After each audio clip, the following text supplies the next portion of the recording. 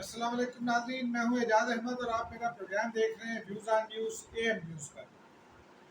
ناظرین، بجٹ آ گیا، یعنی پورا ملک کو پنجابی میں کہتے ہیں نا بجٹوں بجتی ہو گیا۔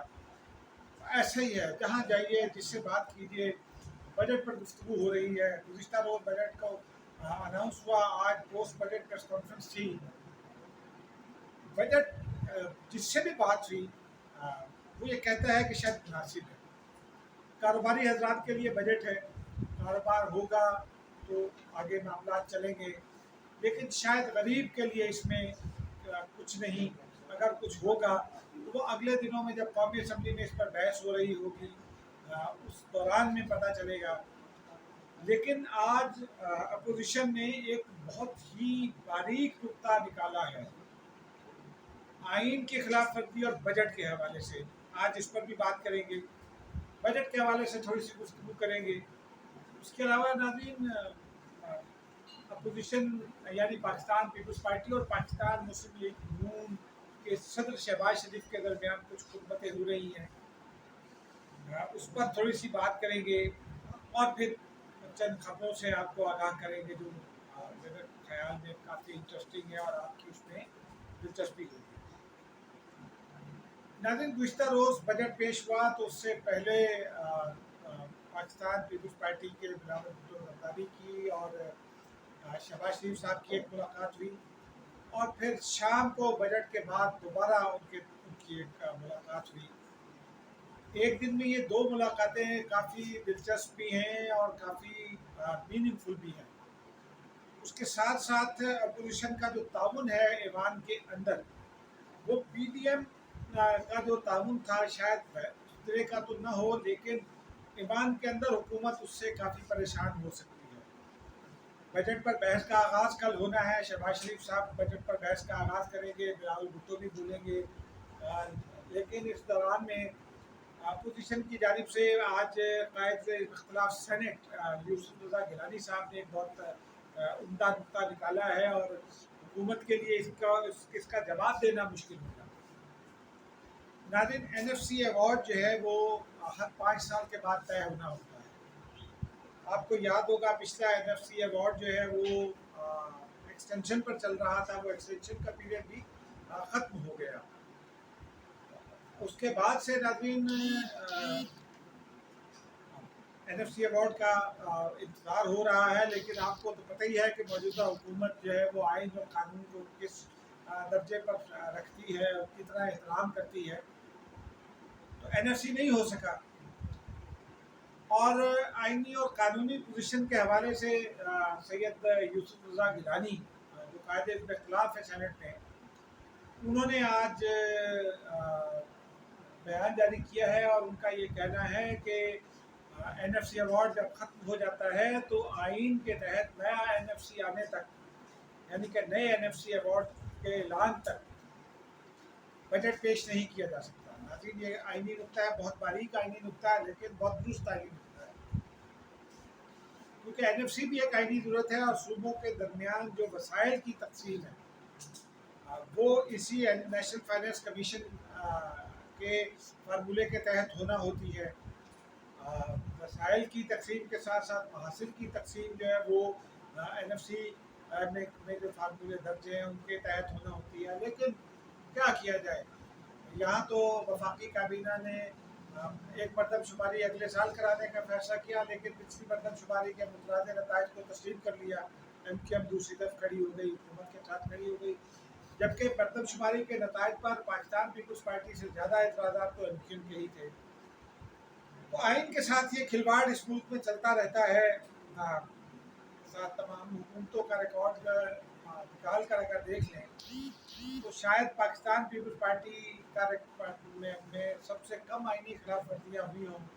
مسلم لیگ نون کے دور میں بھی کافی کچھ خیال رکھا جاتا رہا، لیکن اس حکومت میں تو بہرحال بہت کچھ ہو گیا اور کوئی اس کا نوٹس لینے والا اس لیے نہیں ہے کہ سب ایک ہی جگہ پر کھڑے ہیں، جو نوٹس لے سکتے ہیں وہ بھی اور جو خلاف ورزیاں کر رہے ہیں وہ بھی۔ اس میں ناظرین اب یہ دیکھنا ہوگا کہ پاکستان پیپلز پارٹی اس پر آئندہ کیا لاہے عمل اختیار کرتی ہے۔ لیکن بجٹ کو نارملی غریب دشمن ابھی تک کسی نے قرار نہیں دیا. وہ اپوزیشن تنقید کر رہی ہے, لیکن بہت چند سوالات ناظرین بہت سارے لوگوں سے جب بات کی تو وہ یہ پوچھتے دکھائی دیتے ہیں. ایک تو ناظرین جو بنیادی مسئلہ ہے وہ اکانومسٹ اور چارٹرڈ اکاؤنٹنٹ کا ہے. ماضی میں اکانومسٹ جب وزیر خزانہ ہوا کرتے تھے تو وہ کسی بھی ایلوکیشن کا یا کسی بھی اسپینڈنگ کا بجٹری ایلوکیشن کے یا بجٹری اسپینڈنگ کا ٹرکل ڈاؤن افیکٹ دیکھا کرتے تھے. جو اکانومسٹ ہوتے تھے یا جنہوں نے معیشت میں ماسٹرس کی ڈگری حاصل کر رکھی ہوتی تھی اور وہ پھر اپنے کام میں مہارت حاصل کرنے کے بعد وزیر خزانہ بنتے تھے, وہ یہ دیکھتے تھے کہ اگر دولت کو مارکیٹ میں لایا جائے گا تو اس میں اس کا ٹرکل ڈاؤن افیکٹ کیا ہوگا, اس کے اگر وہ خرچ ہوگی تو پھر اسے معیشت کا پہیہ کتنا چلے گا, اس کا عوام کو کیا فائدہ ہوگا, انتہائی غریب تر آدمی کو کیا فائدہ ہوگا, اور پھر اوپر اگر سرمایہ کار ہے تو اس کو بھی کیا فائدہ ہوگا. لیکن اب کچھ عرصے سے جب سے یورپ اور امریکہ نے مارکیٹ اکانومی کے فلسفے کو ایجاد کیا ہے, اس کے بعد سے دنیا چارٹرڈ اکاؤنٹنٹس کے قبضے میں ہے معاشی طور پر. اور یہ چارٹرڈ اکاؤنٹنٹ دیکھتا ہے کہ آپ کی جیب میں کتنے پیسے ہیں وہ بھی نکال کر اپنے تھیلے میں ڈال دیں. بس یہ سیدھا سیدھا فلسفہ ہے جو میری سمجھ میں آیا ہے. ایک بات اور بھی ہے ناظرین کہ بجٹ کا خسارہ اگر 5.9% ہوگا یا 5.6% ہوگا یا 5.8% ہوگا تو پھر آپ کی معیشت کیسے ترقی کرے گی, کس بنیاد پر ترقی کر رہی ہوگی, یہ سمجھ میں نہیں آتا رہا. یہی ہم سمجھنے کی کوشش کر رہے ہیں کہ بجٹ خسارہ اتنا ہے, پھر آپ کی جو معیشت کا گروتھ ریٹ ہے وہ یہ حکومت بھی کہہ رہی تھی کہ 1.9% ہوگا, اور آزاد معیشت دان یہ کہہ رہے تھے کہ 1.5% ہوگا. آئی ایم ایف اور ورلڈ بینک کی بھی یہی پریڈکشن تھی, لیکن پھر حکومت نے اچانک یہ فرمایا کہ 3.9% ہو گئی ہے گروتھ, اور اگلے سال بھی 3.9 یا 4.9 کے درمیان رہے گی, 4.9 کے درمیان. شروع میں تو ورلڈ بینک اور آئی ایم ایف خاموش رہے, انہوں نے حمایت بھی کی, لیکن یہ دونوں ادارے اپنے اپنے حساب سے چیزوں کو دیکھتے ہیں. پھر ورلڈ بینک نے گزشتہ روز بلکہ پرسوں یہ کہا کہ پاکستانی معیشت جو ہے وہ گرو نہیں کر رہی ہے, اس کی شرح نمو بہت سست ہے اور 1.5% پر رہے گی. اس کے اگلے روز آئی ایم ایف نے بھی یہی کہا کہ 1.9% رہے گی. اس کا مطلب یہ ہے کہ معیشت دباؤ میں ہے. لیکن خوشخبری یہ ہے کہ ہمارے وہ دوست جو اچانک کسی دباؤ پر ہمارے ساتھ آ جاتے ہیں اور کسی بھی دباؤ پر دور چلے جاتے ہیں, وہ وہاں سے کچھ مثبت اشارے مل رہے ہیں. سعودی عرب کی جانب سے ڈیفرڈ پیمنٹس پر تیل کا وعدہ کر دیا گیا ہے. تاخیری ادائیگیوں کی بنیاد پر تیل اگر آئے گا تو پاکستانی معیشت میں جو اس وقت میں فوری طور پر اسپینڈنگ ہے وہ ان کی بچت ہوگی, اور اس سے شاید معیشت کو کچھ فائدہ ہو, یہ دیکھنا ہوگا آگے. لیکن یہ بنیادی سوالات ہیں. اصل سوال وہی ہے کہ ہم آئی ایم ایف کے دباؤ پر یا اگر پاکستانی آئین کو دیکھیں تو پاکستان کا جو آئین ہے وہ ایک سوشل ویلفیئر اسٹیٹ کا آئین ہے. اس میں روزگار اور صحت تک سب حکومت اپنے ذمہ لے رکھا ہے, تعلیم اپنے ذمہ لے رکھی ہے. تو ان تمام بنیادوں پر آئین ہم ایک زمانے تک بجٹ دیتے رہے, پاکستانی معیشت گرو کرتی رہی, لیکن اس کے بعد اب ہم اس کو لمیٹڈ کمپنی کی طرح چلاتے ہیں. تو کیا کبھی کوئی اکانومسٹ یا جس نے اکنامکس پڑھ رکھی ہو وہ آئے گا وزیر خزانہ کے طور پر, یہ بڑا مشکل سوال ہے. کیونکہ اگر ہماری جیسے کہ ہم نے دیکھا ہے کہ پچھلے کچھ عرصے میں جو ہماری معیشت کا حال ہے, اور پھر جس طرح ہم عالمی اداروں کے جنگل میں پھنس گئے ہیں وہاں, تو پھر ہمارے لیے رضا بھاکروں اور نذیر شیخوں کو بھگتنے کے علاوہ اور ترینوں کو بھگتنے کے علاوہ کوئی دوسرا راستہ نہیں بچتا. عمران خان اکیلے کیا کر سکتے ہیں. ناظرین بس بجٹ کے حوالے سے اتنا ہی, کیونکہ آج پھر شوکت ترین صاحب نے بھی یہ کہہ دیا ہے کہ ہوشیار رہنا, گھبرانا نہیں. بس اس سے زیادہ کیا تبصرہ کرے, کیونکہ میں معیشت دان نہیں ہوں. معیشت دان اپنے اپنے حساب سے جو بڑے معیشت دان ہیں وہ تبصرہ کرتے ہوئے اس بات کا خیال ضرور رکھتے ہیں کہ شاید کبھی میں شوکت ترین کی جگہ آ جاؤں, کوشش بھی کرتے ہوئے. बड़े बड़े मीशत दारों का अलमिया यही है कि वो या तो आलमी अदारों के मफादात के निगरान बन जाते हैं या फिर इस अपनी जो उम्मीद है या अपनी जो ख्वाहिश है उसके असीर हो जाते हैं और हमें हकीकत का इल्म नहीं होता। नाज़रीन, अब जरा सियासी मामला की तरफ चलते हैं। शहबाज शरीफ साहब से कल 2 मुलाकातें हुई बिलावल भुट्टो ज़रदारी की, और फिर उन्होंने एहतजाजी सरकारी मुलाजमीन से भी बात की। आज वो निकल पड़े हैं अपने नाराज़ अरकान को के पी में मनाने। रहीम दाद खान साहब के घर गए, जो साबिक सदर है के पी के, और नाराज़ बैठे थे। उनके घर जाकर वो क़याम भी कर रहे हैं रात को, और फिर वहाँ नाराज़ कारकुनों से उनकी मुलाकात भी हुई है। आसिफ अली ज़रदारी साहब ने जाना था, लेकिन आखिरी वक्त में उनकी रवानगी कैंसिल कर दी गई। शायद उनकी कुछ तबीयत ख़राब बताई जा रही है, लेकिन बिलावल भुट्टो ज़रदारी उनकी जगह गए, और अब वो वापस आएंगे, इतवार की शाम में वापस आएंगे। उनकी जो मुलाकातें शहबाज शरीफ साहब से इस बात का पता देती हैं कि अपोजिशन जो है कौमी असम्बली के अंदर इकट्ठी है, और शहबाज शरीफ की जो कुर्बत है बिलावल भुट्टो ज़रदारी के साथ, इतलात के मुताबिक नून लीग में जो हार्ड लाइनर्स हैं वो बड़े परेशान हैं इससे। मरियम नवाज साहिबा भी कुछ परेशान दिखाई देती हैं, क्योंकि मरियम नवाज साहिबा तो पीपल्स पार्टी को दूर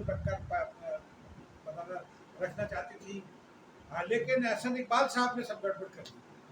एहसन इकबाल साहब ने जो बयान दिया है फौजी बजट के हवाले से, दिफाई बजट के हवाले से, वो नून लीग के, मतलब मैं दिफाई बजट पर थोड़ी सी बात करेंगे आगे चलकर, लेकिन नून लीग के हवाले से वो कुछ बहुत ज़्यादा पसंदीदा नहीं है। नून लीग के अंदरूनी हल्कों में इसके ऊपर बड़ी शदीद डिबेट चल रही है। बहुत हार्ड लाइनर जो है नून लीग के, वो भी एहसन इकबाल साहब के बयान को तनकीद का निशाना बना रहे हैं, और डील की आवाज़ें अब नून लीग से भी निकलना शुरू हो गई हैं, आना शुरू हो गई हैं आवाज़ें।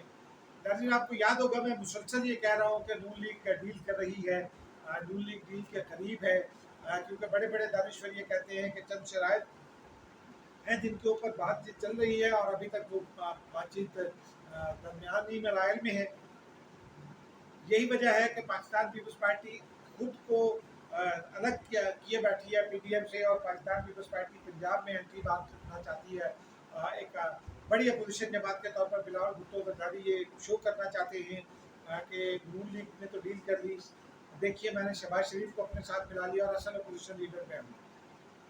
अब उनके अज़ाइम कितने कामयाब होते हैं ये देखना होगा, क्योंकि दूसरी जानिब इमरान खान साहब भी अपने अपने पत्ते सेट कर चुके हैं, और बाद हल्कों में जो इमरान खान साहब की हामी है वो ये कहा जा रहा है कि अगली बारी ना तो फिर ज़रदारी होगा और ना ही एक बारी फिर शेर होगा, बल्कि अब इस बार एक बारी फिर इमरान होगा। अब देखते हैं क्या आता है, लेकिन इस बजट को जो संजीदा लोग हैं, मैशदान भी हैं जो सियासत के रम्स को भी समझते हैं, उनका ये कहना है कि ये बजट आखिरी साल का बजट लगता है, ये बजट इंतखाबी मंशूर लगता है, क्योंकि इससे पहले जो 3 बजट गुजरे हैं उनका जो डायरेक्ट इफेक्ट था वो तो अवाम ने भुगत लिया। अब शायद अवाम को मुतमईन करने की कोशिश की जा रही है, और हो सकता है कि इलेक्शन का वक्त करीब हो। क्या होगा नाज़रीन, ये तो आप अल्लाह जानता है, आगे जाकर पता चल जाएगा। लेकिन नाज़रीन, चंद अहम खबरें, कुछ अफगानिस्तान से भी खबरें आ रही हैं, लेकिन उससे पहले ज़रा सिंध के हवाले से बात करते हैं। हाँ, बजट, डिफेंस बजट के हवाले से एक बात आपको बता दूँ कि दिफाई बजट में टोटल जो बजट आउटले है उसका 16% है दिफाई बजट। गुज़िश्ता साल 1289 अरब रुपए की एलोकेशन थी दिफाई बजट के मामले में, या दिफाई बजट के ज़िम्न में। इस मरतबा 1773 अरब रुपए रखे गए हैं।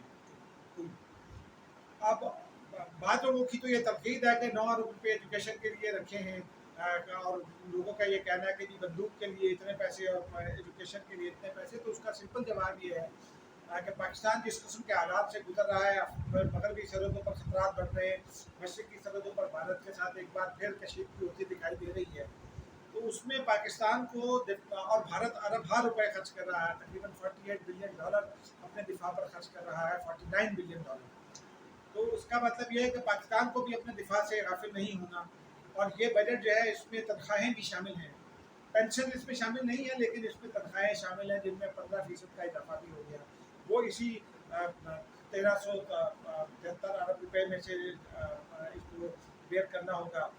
फिर इसी तरह जो दिफा के जो दीगर अखराजात हैं, फ़ौज की जो दीगर ज़रूरियात हैं, असलहा खरीदना है, नई प्रोडक्शन करनी है, इंडक्शन होनी है, वो सब इसी बजट में होना है। तो नाज़रीन, अगर इर्द गिर्द के हालात को देखें तो दिफाई बजट में कोई इजाफा नहीं है। अगर वसाइल हो तो ज़्यादा इजाफा किया जाना चाहिए पाकिस्तान के मखसूस हालात के तनाजुर में। एक और ख़बर नाज़रीन ये है कि वज़ीर आला सिंध दो रोज़ पहले अमेरिका गए थे। उनके भाई अमेरिका में रहते हैं और शायद उनका चेकअप भी था, 6 माह पहले भी उनका चेकअप हुआ था कुछ कोविड के हवाले से भी। लेकिन अब इतला ये है और बाद लोगों ने ये कहना शुरू कर दिया था, उसमें अपोजिशन की जमातें भी शामिल थी, उसमें जीटीए भी शामिल थे उसके लोग, और पीटीआई के लोग भी शामिल थे कि शायद मुराद अली शाह फरार हो गए हैं और वो बजट पेश नहीं करेंगे। लेकिन अब इतला ये है कि वो इतवार की रात 12 बजे के करीब पाकिस्तान वापस पहुँचेंगे। पीर की सुबह उन्होंने कोविड-19 के हवाले से इजलास बुला रखा है। और कराची वालों के लिए और सिंध वालों के लिए खुशखबरी हो सकती है, क्योंकि इम्कान इस बात का है कि मज़ीद रिलैक्सेशंस का ऐलान किया जाए सिंध हुकूमत की जानिब से। तालीमी अदारों के हवाले से भी कुछ अहम ऐलान सबको है, 1 से 8वीं तक के बच्चों को स्कूल आने के हवाले से। तो ये देखते हैं क्या ज़हूर में आता है। लेकिन मंगल को सूबाई काबीना का इजलास है जिसमें बजट की मंजूरी दी जाएगी और फिर मंगल को ही शाम को बजट पेश किया जाएगा, जिसमें शायद 15% से ज़्यादा का इजाफा कर रही है सिंध हुकूमत। तनख्वाहों में 15 से 20% की इतना है। वफाकी हुकूमत ने 10% तक किया। सरकारी मुलाजिम वफाकी हुकूमत से नाराज़ भी हैं, क्योंकि उनके ख्याल में जो पिछले एडहॉक रिलीफ थे वो उसमें एडजस्ट नहीं हुए, उनको एडजस्ट होना चाहिए था। तो वो भी अभी बजट डिबेट के बाद ही सामने आएगा कि एडजस्ट हुआ कि नहीं। लेकिन वज़ीर आला सिंध वापस आ रहे हैं, वो कहीं नहीं गए और बजट वो खुद ही पेश करेंगे। अफ़गानिस्तान से नाज़रीन कुछ अच्छी खबरें नहीं आ रही। पाकिस्तान की सरहद के करीब जो सूबे हैं, उन समेत पूरे अफ़गानिस्तान के 23 सूबों में जो एक तरह की खाना जंगी का अमल जिसको कहते हैं वो शुरू हो चुका है। बहुत मुश्किल सूरत हाल है वहाँ। लेकिन उस सूरत हाल में बाद यूरोपीय ममालिक जो नेटो में शामिल हैं बशमूल तुर्की, उनके बारे में ये कहा जा रहा था कि शायद वो अफ़गानिस्तान में एयरपोर्ट्स की सिक्योरिटी के लिए और कुछ दीगर तनसीबात की सिक्योरिटी के लिए वहाँ मौजूद रहें उनकी फ़ौजें। लेकिन तालिबान ने एक बार फिर ये वाज़ेह कर दिया है। पहले तो तालिबान ने तुर्की के हवाले से कहा कि वो एक अजीम इस्लामी मुल्क है, लेकिन हम ये चाहते हैं कि वो अपनी फ़ौज वापस ले लें। आज तालिबान सियासी दफ्तर के तर्जुमान सुहेल शाहीन का एक और बयान आया। उन्होंने ये कहा कि जो ममालिक भी अफ़गानिस्तान में अपनी अफवाज को रखेंगे अमरीकी इंतज़ाम मुकम्मल होने के बाद, उन्हें हम दुश्मन तस्वुर करेंगे, क्योंकि तारीख ने उन्हें हमारा हमला आवर के तौर पर जाना है, अफ़गान तारीख में। और उनका ये कहना था कि किसी सूरत हम ये बर्दाश्त नहीं करेंगे कि कोई भी गैर मुल्की फ़ौज यहाँ मौजूद रहे, क्योंकि सफारतकारों, सफारती इमलाक और जो सफारती तनसीबात हैं उनकी और अफ़गान अवाम की हिमायत की हिफाजत अफ़गानों का फ़र्ज़ है, हमारा फ़र्ज़ है। और वो ये कहते हैं कि हम बाद में दुनिया के दीगर ममालिक से इस बात की मदद चाहेंगे इस मामले में कि वो अफ़गानिस्तान को मुस्तहकम होने दें और फिर हम उनके साथ अच्छे ताल्लुकात रखेंगे। उनके ख़्याल में अगली हुकूमत उन्हीं की आ जाएगी। इस दौरान में गुडविल जेस्चर के तौर पर, जज्बा खैर-सगाली के तौर पर तालिबान ने आज ये ऐलान किया कि और वो सुहेल शाहीनी का ऐलान है कि 220 काबुल हुकूमत के जो 220 अफराद थे तालिबान की कैद में, उन्हें जज्बा खैर-सगाली के तहत रिहा कर दिया गया है। इन अफराद को